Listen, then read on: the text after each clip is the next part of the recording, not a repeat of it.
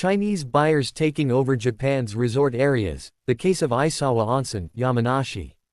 After investigating the situation in Yamanashi Prefecture's Isawa Onsen district, it became clear that Chinese investors are buying up resorts and hot spring areas across Japan. This article is partially excerpted and edited from publication name omitted.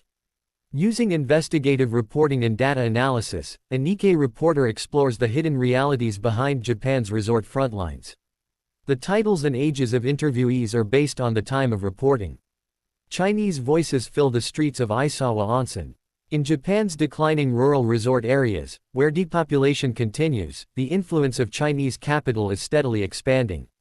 It's not always visible on the surface, but the China power is quietly taking root.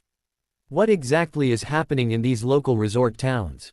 To find out, the reporting team headed to Yamanashi after receiving credible information.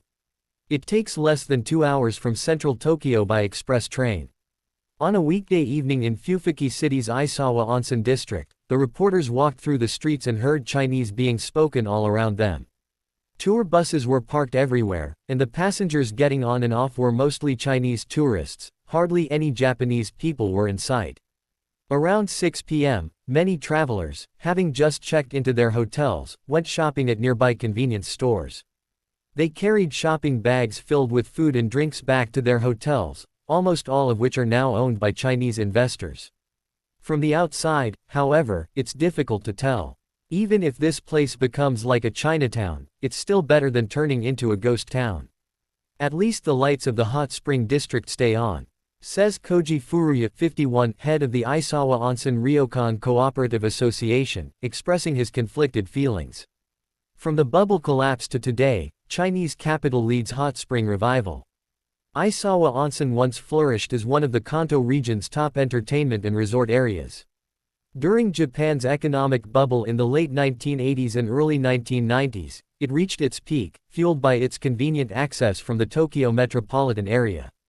At the time, Japanese companies were actively organizing company trips, year-end parties, and corporate retreats, and Isawa Onsen became a popular destination alongside Atami and other famous resorts. However, after the bubble economy burst, the number of visitors sharply declined.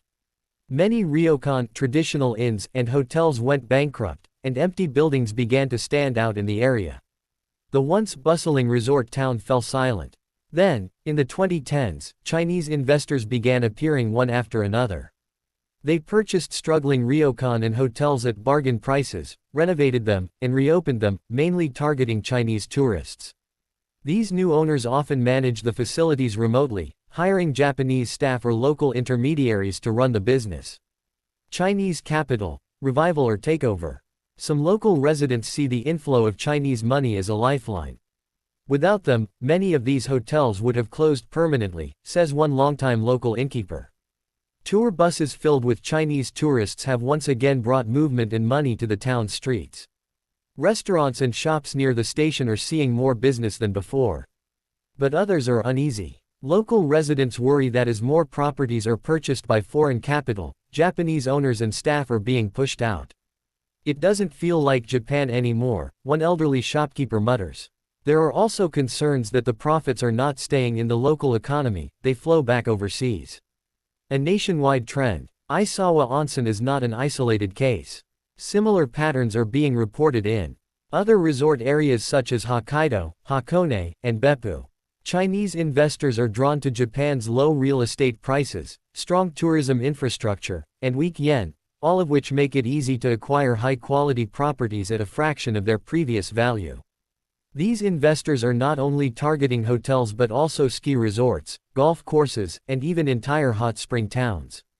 According to real estate industry sources, many of these acquisitions are made through Hong Kong or Singapore-based holding companies, making the true ownership difficult to trace.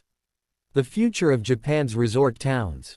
Japan's aging population and shrinking domestic tourism have left many resort towns struggling. For local governments desperate to keep their economies alive, foreign investment can seem like salvation. However, if ownership continues to shift overseas, Japan's scenic resorts may lose their cultural identity and community roots. As long as the lights stay on, that's something to be thankful for, says Furuya again, looking around the brightened streets of Isawa Onsen.